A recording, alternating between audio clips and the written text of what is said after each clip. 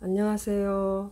오늘부터는 12살의 부자가 된 키라 3부 돈으로 할 수 있는 모든 것을 읽어드리겠습니다. 첫 번째, 내가 부자가 되어야 할 멋진 이유 읽어보겠습니다.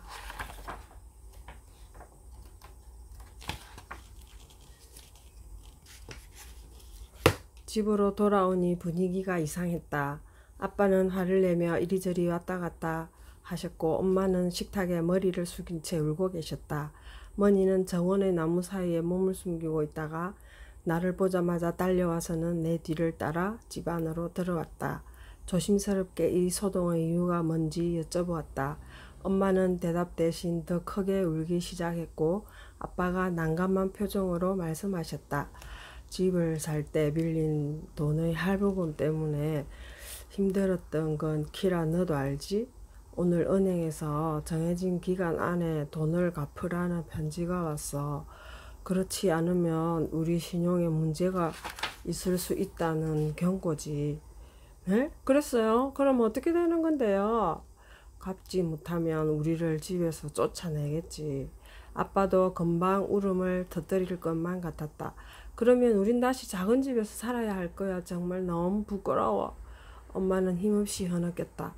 그리고 우리는 빚 문제에서 평생 벗어나지 못할 거야.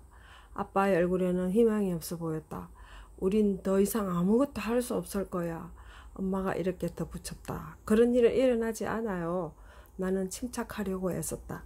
지금은 엄마 아빠에게 내가 아무런 도움도 되지 않을 것 같아서 머니를 데리고 숲으로 갔다. 이젠 정말 머니의 조언이 필요했다.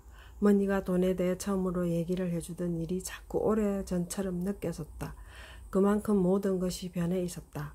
그래, 넌 정말 놀랍게 발전했어. 머니의 목소리였다. 너와 다시 얘기하게 되어서 얼마나 기쁜지 몰라. 나는 머니의 목을 껴안았다. 네가 날 필요로 한다면 언제나 너와 얘기할 거야.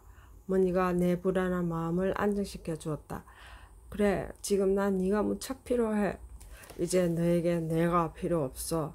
돈에 대해 배워야 할 내용들을 너는 이미 실제로 부자들과의 대화를 통해 배워가고 있으니까 말이야. 다만 아직 배우지 않은 것이 하나 있는데 그건 바로 투자에 관한 거야. 하지만 그 일도 도와줄 수 있는 사람들이 네 곁에 있으니까 나는 단지 네가 이 모든 것을 혼자 해낼 수 있도록 도와줄 뿐이야. 알았어. 그래도 그게 전부는 아니야. 난 지금 네 도움이 필요해. 그렇지 않으면 우리 집을 빼앗기게 된다고. 흥분하지 마. 머니가 나를 진정시켰다. 넌 이미 결정적인 일을 준비하고 있잖아. 내일 아침 골드슈테른 아저씨와 네 부모님이 만나기로 약속을 정해놨잖아. 모든 게 잘 될 거라고. 완전히 잊고 있었다. 그래, 아저씨는 우리 부모님을 도울 수 있겠지. 방금 네가 부자가 되어야 할 멋진 이유를 하나 발견한 것 같은데 어때? 내 생각이?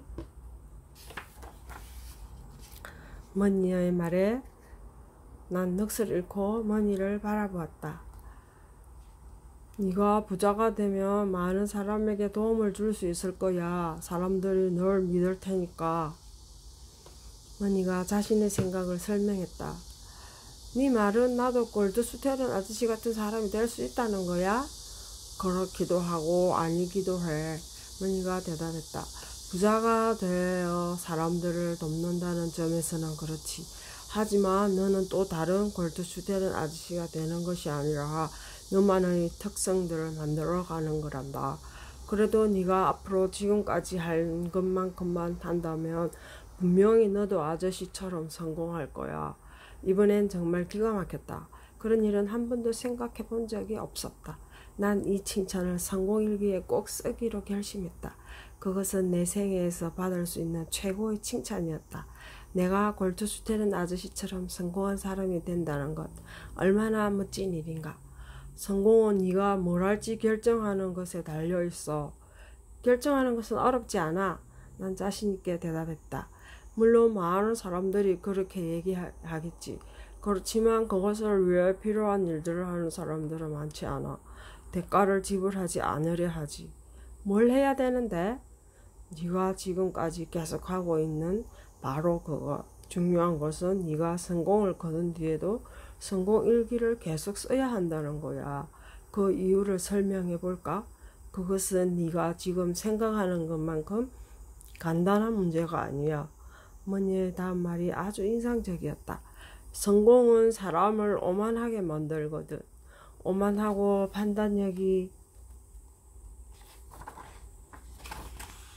흐려지면 새로운 걸 배우려고 하질 않지. 배우지 않는 사람은 인격체로서의 성장이 멈추고 말아. 머니는 내가 이해하기를 기다렸다. 네가 성공일기를 계속 쓰는 한 너 자신과 또 성공의 법칙들을 계속해서 생각할 거야. 그러면서 너 자신과 네 소원에 대해 점점 더 잘 이해하게 될 거고, 그때야 비로소 다른 것들을 이해할 수 있는 위치에 서는 거란다. 성공일기를 쓰는 건 정말 재미있어. 난 크게 말했다. 또 하나, 일이 어렵다고 도망쳐서는 안 돼. 어려움과 실수와 창피함에 대한 두려움이 얼마나 많은 사람들을 불안하게 하는지 몰라. 내 얼굴이 달아올랐다. 하이넨 아줌마와 하넨캄프 할아버지가 그토록 진지하게 말해주셨어도 없어지지 않는 게 바로 그 두려움이야. 나는 하이넨 아줌마의 제안을 머니에게 얘기했다. 내가 배운 사실들을 다른 아이들에게 말해야 한다는 건 알겠지만 그냥 두려운 걸 어떻게 해? 난 못할 것 같아. 머니는 아주 뜻밖의 대답을 했다. 키라야, 성공 일기를 가지러 가자. 그러더니 머니는 바로 뛰어가 버렸다. 어처구니가 없었지만 머니를 따라 뛸 수밖에 없었다. 아무리 최선을 다해 달려도 머니를 따라갈 수는 없었다. 머니는 당연히 나보다 훨씬 먼저 집에 와 있었다. 우리는 서둘러 성공일기를 가지고 다시 숲으로 달려갔다. 숨을 헉헉거리며 은신처에 도착했다. 나는 어느 정도 숨을 가다듬고 나니 머니가 말을 꺼냈다. 네가 뭔가를 할 수 없다고 느낄 때 해볼 수 있는 일이 몇 가지 있는데 그게 뭐냐면 성공일기를 펼쳐서 지난 일들을 들여다보며 네가 미래에 성공할 수 있다는 증거를 찾는 거야. 일기에 쓰여진 내용들을 읽어봤다. 두려움을 느꼈던 순간들이 떠올랐다. 하넨캄프 할아버지한테 나폴레옹을 돌본다는 제안을 할 때, 골드슈테른 아저씨를 처음 만났을 때, 지하실에 갔을 때, 엄마가 내 손 상자를 발견하고 나를 비웃었을 때, 머니를 잃을까 걱정했던 그 두려움도 정말 끔찍했고, 네가 생각했던 것보다 두려움에 처했던 상황이 훨씬 많았다는 게 믿어지지 않지?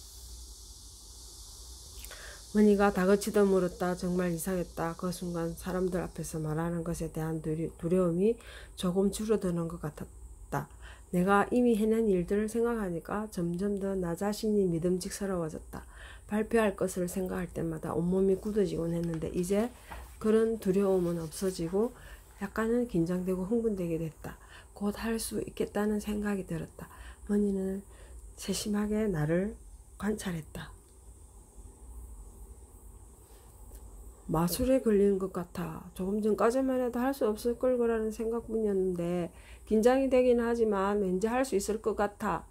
마음이 편안해졌다. 하이넨 아줌마와 하넨캄프 할아버지도 내 결정을 매우 기뻐할 것이다. 머니도 기뻐하며 내 얼굴을 핥았다.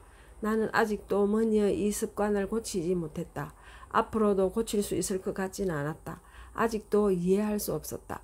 정말이지 마술에 걸린 것 같았다. 어떻게 된 일이지? 내가 신기해자 머니가 웃었다.